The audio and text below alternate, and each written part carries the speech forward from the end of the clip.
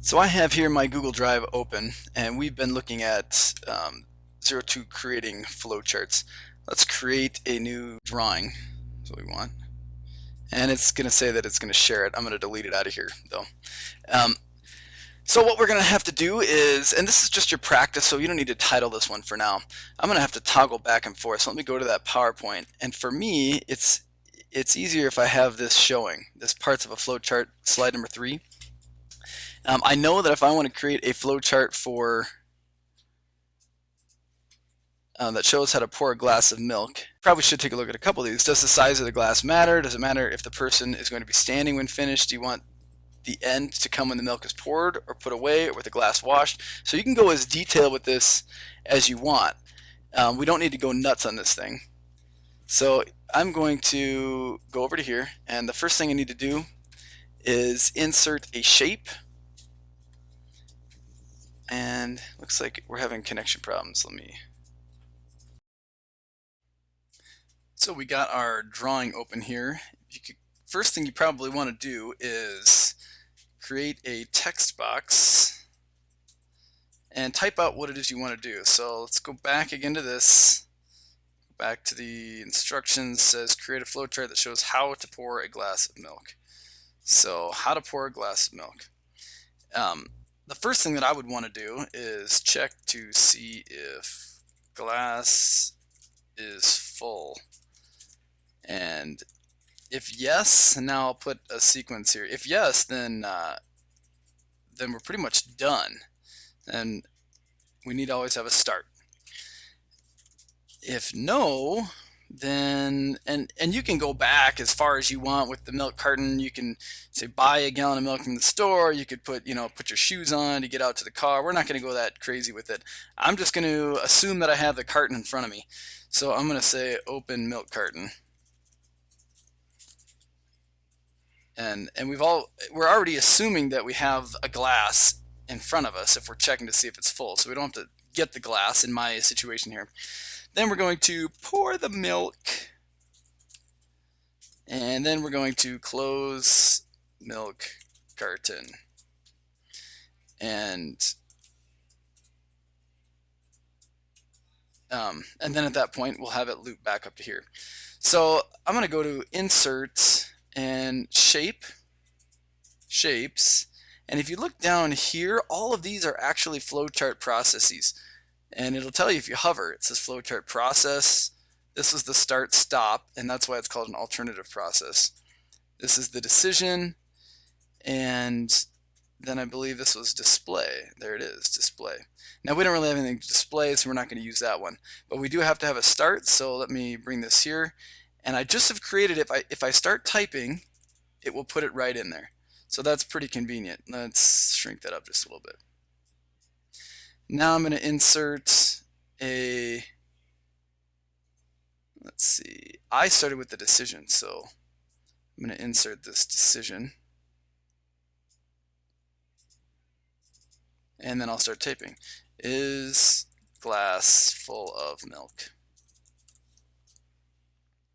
And then we'll insert an arrow. So the arrows are over here on the line. We can do an arrow.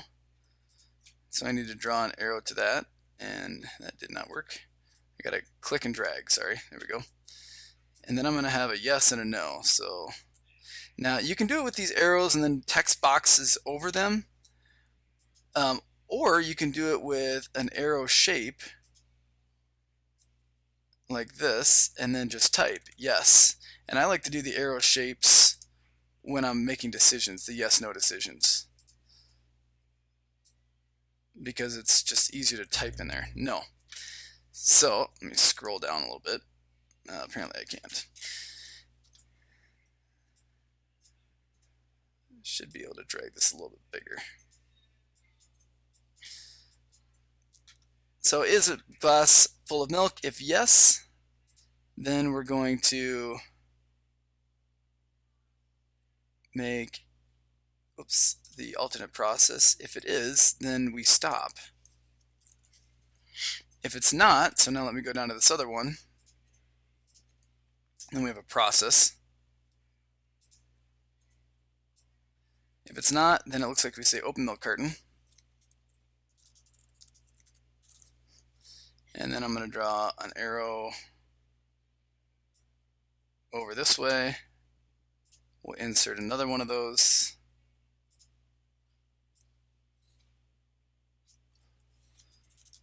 For the milk. Do another arrow.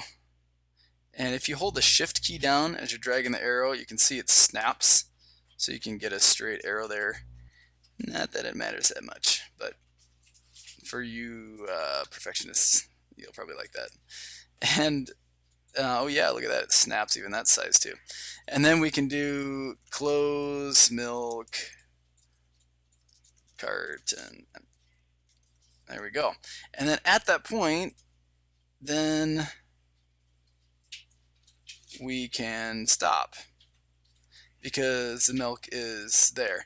Now we could also have this thing loop back to is glass full of milk.